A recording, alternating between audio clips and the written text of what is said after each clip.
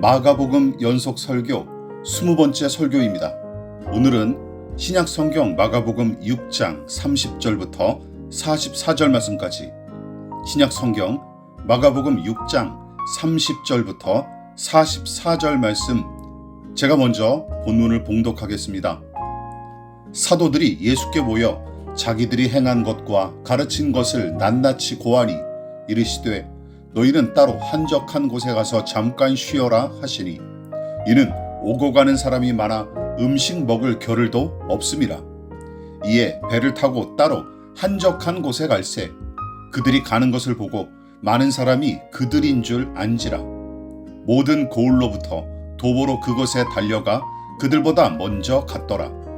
예수께서 나오사 큰 무리를 보시고 그 목자 없는 양 같음으로 인하여 불쌍히 여기사 이에 여러 가지로 가르치시더라.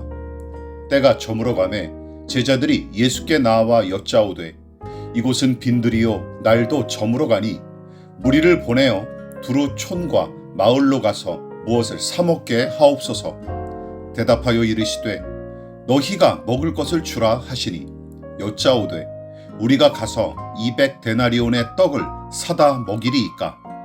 이르시되 너희에게 떡 몇 개나 있는지 가서 보라 하시니, 알아보고 이르되 떡 5개와 물고기 2마리가 있더이다 하거늘, 제자들에게 명하사 그 모든 사람으로 때를 지어 푸른 잔디 위에 앉게 하시니 때로 100명씩 또는 50명씩 앉은지라.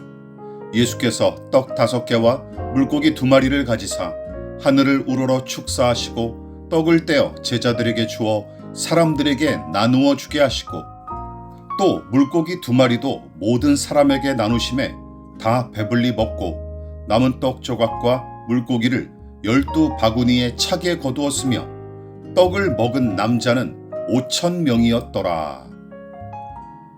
오늘은 마가복음 연속 설교 20번째 시간으로서 헤롯의 제국, 예수의 천국이라는 제목으로 함께 말씀의 은혜를 나누도록 하겠습니다. 보리떡 5개와 물고기 2마리로 성인 남자만 5,000명을 먹였던 소위 오병이어의 기적으로 부르는 이 이야기는 모든 복음서가 다 언급하고 기록하는 이야기죠.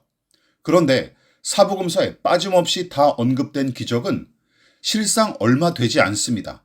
자, 그만큼 모든 복음서가 오병이어의 기적을 매우 중요하게 생각해서 다뤘다는 뜻이 되죠.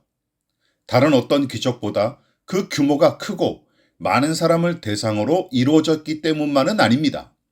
이 기적 자체에 담긴 의미가 매우 중요한 까닭에 모든 복음서가 이 기적을 다 중요하게 여겨서 기록한 거로 보이는 것이죠. 마태복음은 14장, 누가복음은 9장, 그리고 오늘 본문인 마가복음과 요한복음은 각각 6장에 이 이야기를 기록했습니다. 그런데 요한복음을 제외한 공관복음서는 세례자 요한의 최후에 관한 이야기와 함께 오병이어의 기적을 똑같은 순서로 배치한 까닭에 마태복음과 누가복음의 순서는 설교 본문인 마가복음 본문의 순서와 동일합니다. 다시 말해 세례자 요한의 최후에 관한 이야기 뒤에 오병이어의 기적 이야기가 이어지는 것이죠. 그래서 두 가지 이야기 안에 담긴 교훈을 따로 나누어 살펴볼 수도 있겠지만, 오늘은 두 가지 이야기를 관통하는 문맥에 담긴 교훈을 살펴보고 은혜를 나누도록 하겠습니다. 자, 그렇다면 세례자 요한의 이야기와 오병이어 이야기를 관통하는 맥락과 주제는 무엇일까요? 그것에 관한 단서를 유추해 볼 수 있는 내용이 6장 34절에 기록되어 있습니다. 예수께서 나오사 큰 무리를 보시고 그 목자 없는 양 같음으로 인하여 불쌍히 여기사 이에 여러 가지로 가르치시더라. 세례자 요한의 처참한 최후와 그의 장래에 관한 이야기가 끝난 직후 예수님은 제자들과 함께 한적한 곳으로 이동하셨고 그곳에서 모인 무리를 위해 오병이어의 기적을 일으키셨는데, 34절은 기적을 일으키시기 직전에 무리를 어떤 말씀으로 가르친 거로 기록합니다. 자, 그렇다면 예수님은 모인 무리에게 어떤 것을 가르치셨을까요? 같은 순서로 이 이야기를 기록한 누가복음은 예수께서 가르치신 내용에 관해 다음과 같이 기록했습니다. 누가복음 9장 10절과 11절입니다.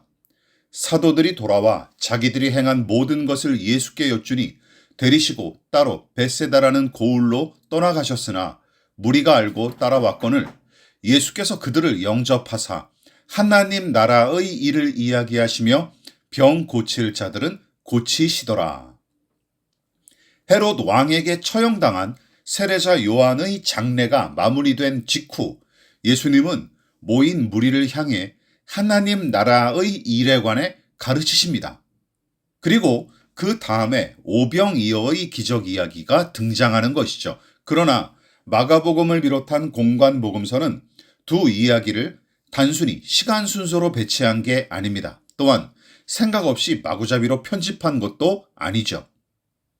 그렇다면 세례자 요한의 최후와 헤롯의 만행에 관한 이야기 직후에 여러 가지 사건 가운데 오병이어의 기적 이야기를 곧바로 이어지도록 배치한 것은 물론이고 두 개의 이야기 사이에 굳이 하나님 나라의 일에 관해 가르치셨던 일을 삽입한 까닭은 무엇일까요? 바로 두 개의 사건이 하나님의 나라인 천국과 세상의 나라인 제국의 특징과 생리를 잘 보여주기 때문이고 그런 고로 예수님은 제자들을 비롯한 모인 무리에게 하나님 나라의 일에 관해 말씀하셨던 것입니다. 자, 다시 말해 세례자 요한의 이야기에 등장하는 헤롯 왕과 유대 나라는 세상의 위정자들과 나라, 즉 제국들의 견본, 샘플로 등장한 격이고 더불어 오병이어의 기적은 하나님의 나라인 천국의 성격을 나타낸과 동시에 하나님 나라의 왕이신 예수가 어떤 통치자인지 계시하는 사건으로 동원된 셈이죠. 자, 따라서 이 복음서의 저자인 마가는 전혀 다른 성격의 통치자인 헤롯과 예수, 그리고 세상의 제국과 하나님의 나라를 비교하게끔 두 이야기를 나란히 배치한 게 틀림없습니다. 여러분, 흔히 국민, 영토, 주권을 국가의 3요소로 일컫는데 세 가지 중 하나라도 빠지면 독립된 국가로 인정받기가 어렵습니다. 그러나 그 와중에도 국민이 가장 중요한 국가의 요소가 아닐까요? 자, 이쯤에서 오늘날 한 나라의 수준을 무엇으로 판가름하는지 가만히 한번 생각해 보시기 바랍니다. 경제 수준은 여러 판단 요소 중 하나에 불과합니다.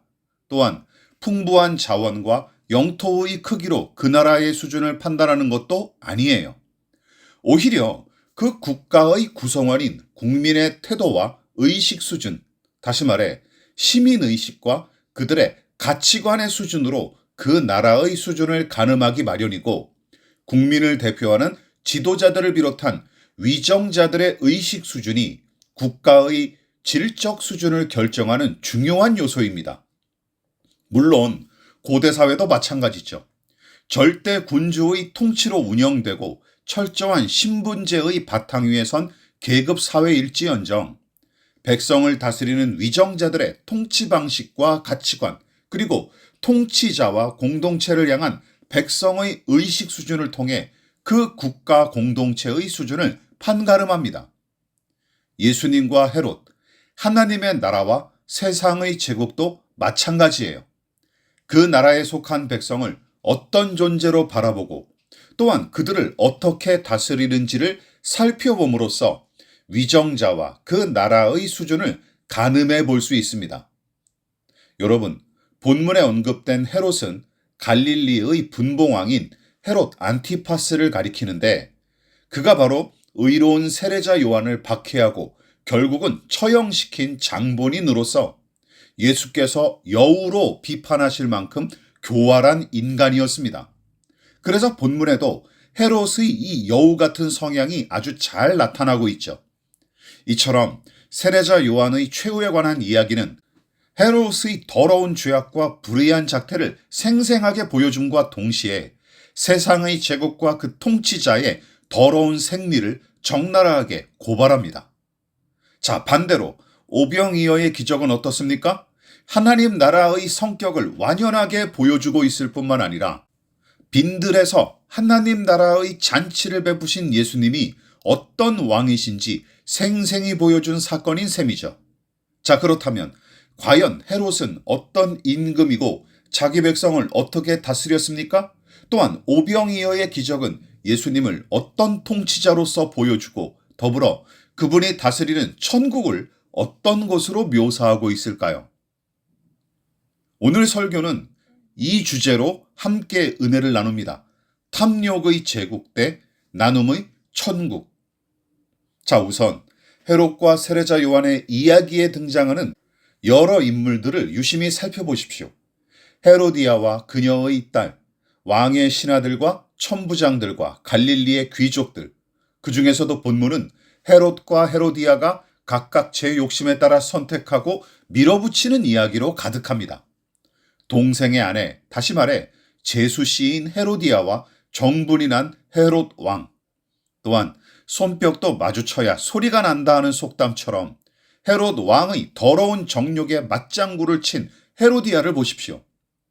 헤롯은 율법의 명령과 윤리, 도덕, 그리고 백성의 여론 따위는 안중에도 없이 그저 제 욕정과 욕망이 이끄는 대로 동생의 아내를 취했습니다. 세례자 요한을 옥에 가둔 일도 마찬가지죠. 아무리 일국의 왕일지라도 잘못을 저질렀으면 뉘우치는 신용이라도 해야 옳겠지만 자신의 잘못을 인정하는 행위 자체를 왕의 권위가 실추되는 일로 여겼을 뿐더러 욕정에 눈이 멀어 결정한 일을 돌이키고 싶지 않았던 까닭에 조만간 일어날 수 있는 시비나 저항을 아예 차단시키기 위해 세례자 요한을 좋은 본보기로 삼았던 게 틀림없어요.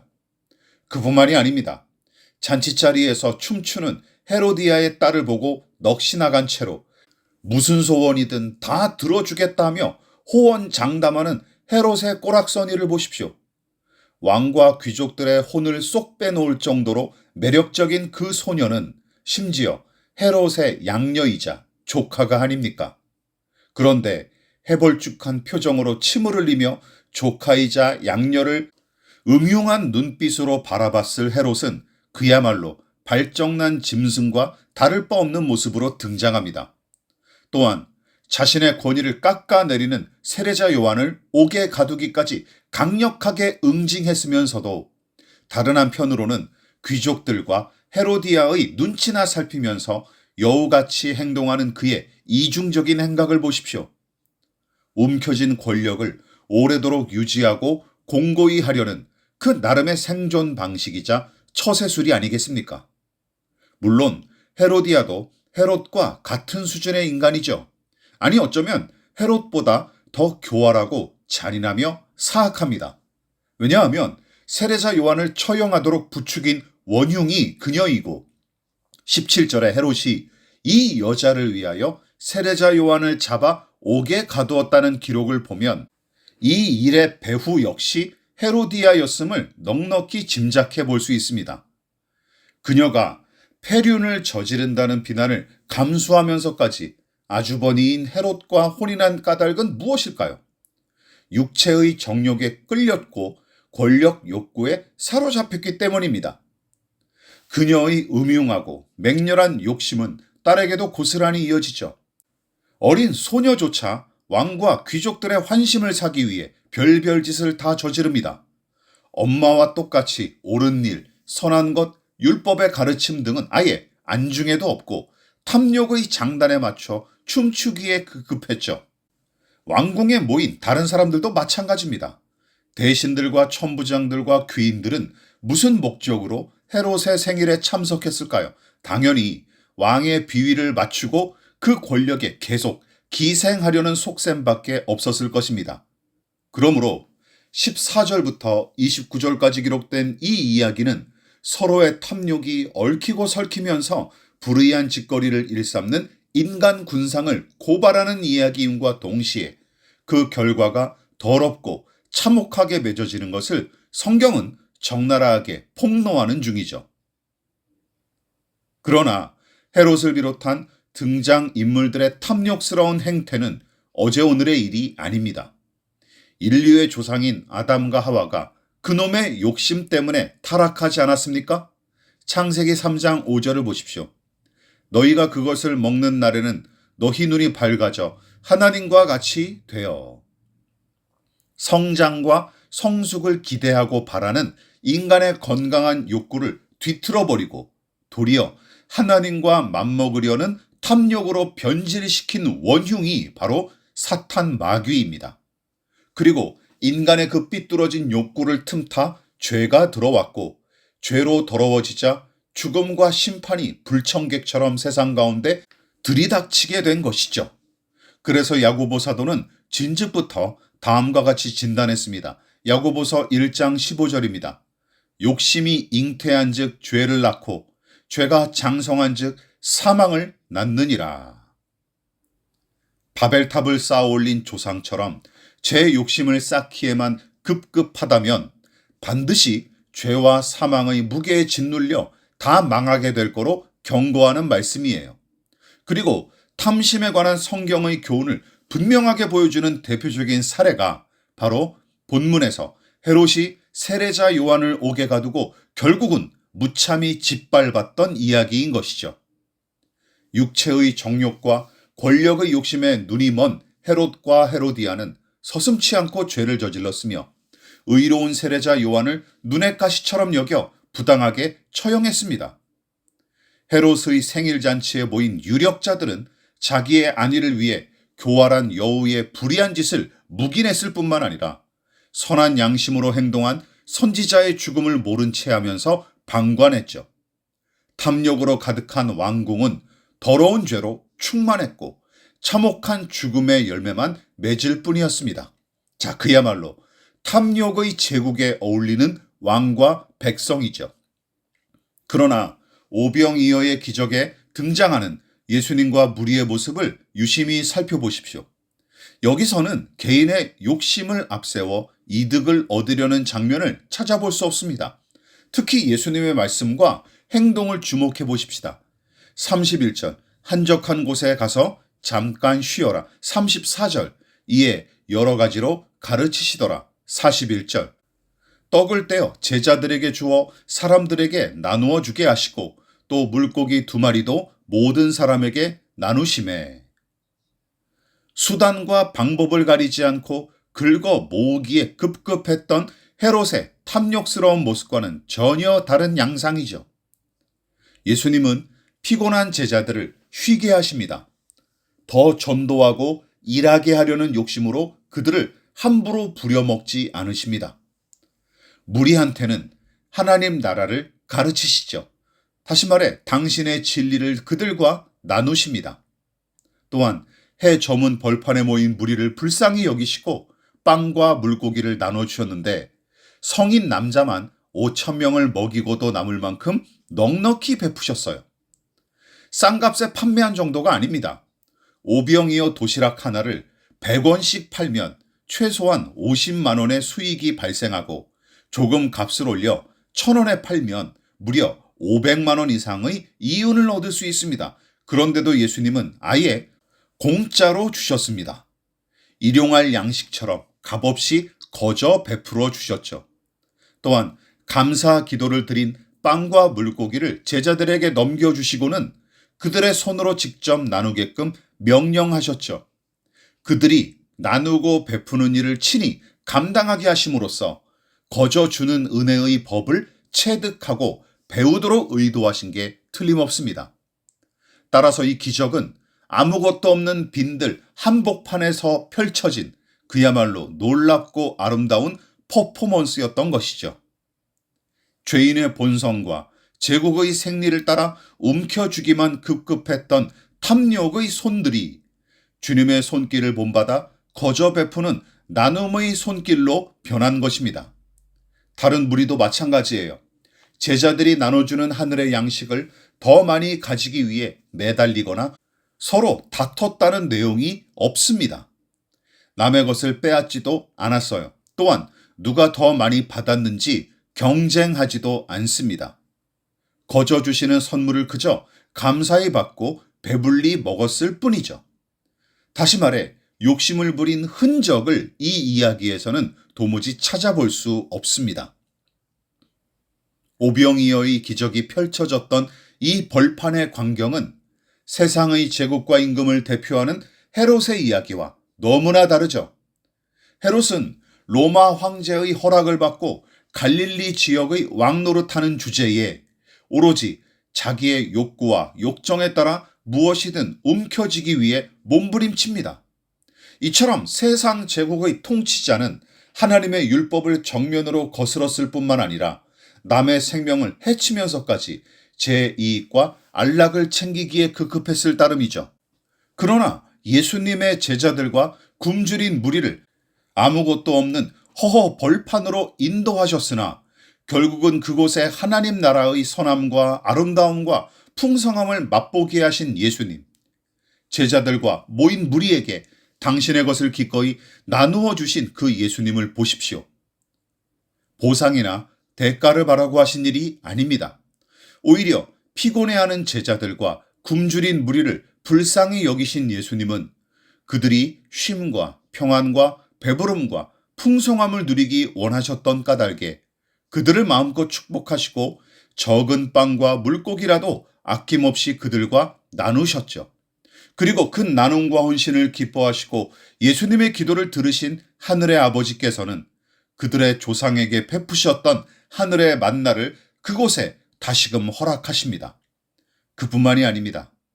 가진 것을 거저 베푸신 데서 그치지 않고 우리 같은 죄인을 위해 당신 자신을 기꺼이 내어주신 예수님을 생각해 보십시오.